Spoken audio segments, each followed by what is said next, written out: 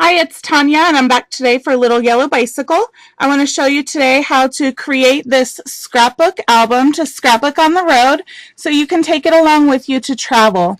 There's lots of elements inside for you to tuck tickets and any memorabilia, maps, there's pocket pages, all of that. So I'm going to show you today how to create this album and show you some of the special features of it. First, let's take a look at the products. We'll be using products from the Escape collection from Little Yellow Bicycle, starting with the 6x6 paper pad, the 6x6 decorative edge cardstock. We'll also be using part of the packaging for the project. We'll use the 6x6 canvas covered chipboard album. We'll only use the rings and the canvas covers. We will not use the chipboard insert pages. We'll use the mini flag kit, the fabric favorites, the wood tags, chipboard spinner, dimensional stickers, felt stickers, the tear out ticket journaling book, the chipboard shapes, the favorite pieces cardstock stickers, fresh verse stickers, and the vellum tape strips. So let's walk through the album and take a look at some of the special elements. First of all, I've used the canvas covered chipboard album kit, but I've only used the front and back covers and the rings. I did not use the chipboard insert pages. The entire inside of the album, you can see it's rather thick, but this is made to be an album to scrapbook on the go. So you put it together first, and then you take it with you on any vacation you're going to go on or a trip that you're going to go on. And really all you need to take with you is adhesive, a camera, and a journaling pen. So the cover was misted with some glimmer mist. It was this color here by Tattered Angels, turquoise blue, and I misted it several different times in layers. So I do a layer, let it dry, and then do it again until I got the color saturation that I wanted. And then the cover is just real simple embellishing. You really just peel it off of the packaging and stick it right onto the album. All of these pages inside are from the 6x6 paper pad. I used the entire pad, as well as the 12x12 decorative edge cardstock and the entire pack of the decorative edge 6x6 papers.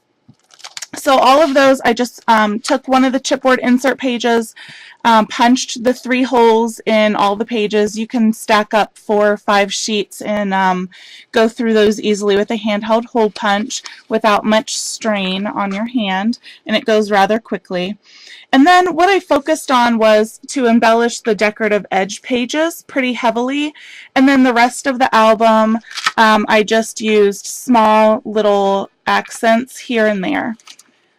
So really, once you get the decorative edge pages decorated, then you can use all your leftover pieces to do those other insert pages. So this page here, I'm going to show you how to make this. This is from the 12x12 decorative edged pattern paper, and I cut it in half and turned it into a pocket. So right there you can tuck some different things down into it. There's another page here in the album. Let me find it. This page here was also one of the decorative edge pattern papers, and I placed adhesive along the right and left sides and the bottom, and then stuck the paper on there. Of course, because I dropped it down about 1.5 inches here, there was some overhang, so I just trimmed that off. And then that also acts as another pocket page. You can stick pictures down in there, tickets from the tear out ticket book, and it's just very simply embellished with a ticket, a sticker, and a dimensional sticker.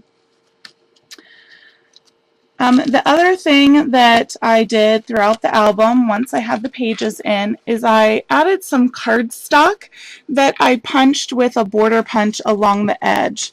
So I just went through randomly, picked some pages, So for these pages, I chose 3 pieces of cardstock that coordinated with the other colors in the collection. I chose this blue shade, a mustard yellow shade, and a craft shade. And several of those pages I did punch there with the border punch. So you can do that throughout the pages. You don't have to do that if you don't have border punches. You can use decorative edge scissors, whatever works well for you. To create the pocket page, you're going to take the 12 by 12 decorative edge cardstock and place that in your trimmer so that the white edge is even with the 6-inch measurement on your paper trimmer. So right here, 6 inches, you want that white mark right there at the edge. Then you're going to go ahead and make a pass with your trimmer and cut that in half. Then you need to take the strip and fold it in half, matching up these die cut edges. What I find is helpful is to first fold it and make a light crease on the side here. Place adhesive right inside that crease on the right side of it, and then you are going to match up these corners. In each of these spots, I recommend putting a mini glue dot there, and that way when you line it up, it will stay together, and then you can crease out these outer edges. Once you have that creased and pressed down, you're going to take one of the chipboard insert pages that we will not use in the album and just use it as a template. So you're going to lay the decorative edge piece right here on top so the straight edge is flush. And just to note, since this is a pocket page, you do not want any adhesive along this straight edge. So we'll lay that there. Take a handheld circle punch, flip it over, and go ahead and punch those holes. So again, we're only using this chipboard piece as a template for the holes. You do not want to adhere this to the chipboard piece. So then once you have that, we're ready to embellish the front.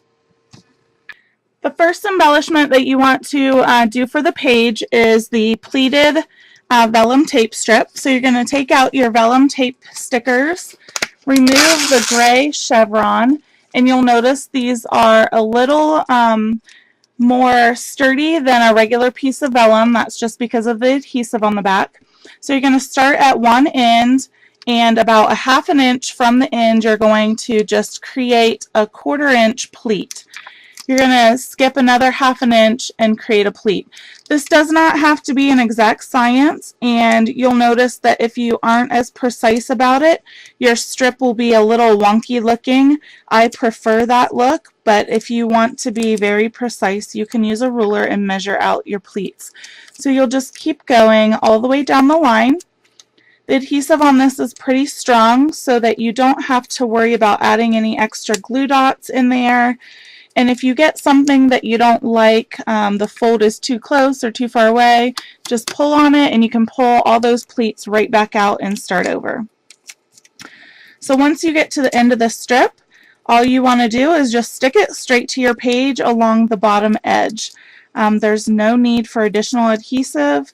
If you want the pleats to stay a little more flush with the page, then you can stitch down the middle. I don't recommend that for the pocket page because you want that pocket to be as deep as possible. So once it's stuck on the page, it looks just like this. And then after that, you're going to add the additional embellishments, and that is just a few of the phrase stickers. From the Fresh Verse pack, you're going to add the clear sun shape and the felt cloud. Then you can tuck photos, journaling, ticket stubs, whatever you want down here in this pocket. That same vellum technique was done on this page here, and I used the green strip so it makes it look a little bit like grass. And again, you can see it has a very slight dimension, no higher than the dimension that the chipboard shapes add to your page. So that's all I have for you today. Thanks for joining me, and you can find the full instructions on our website at littleyellowbicycle.typepad.com.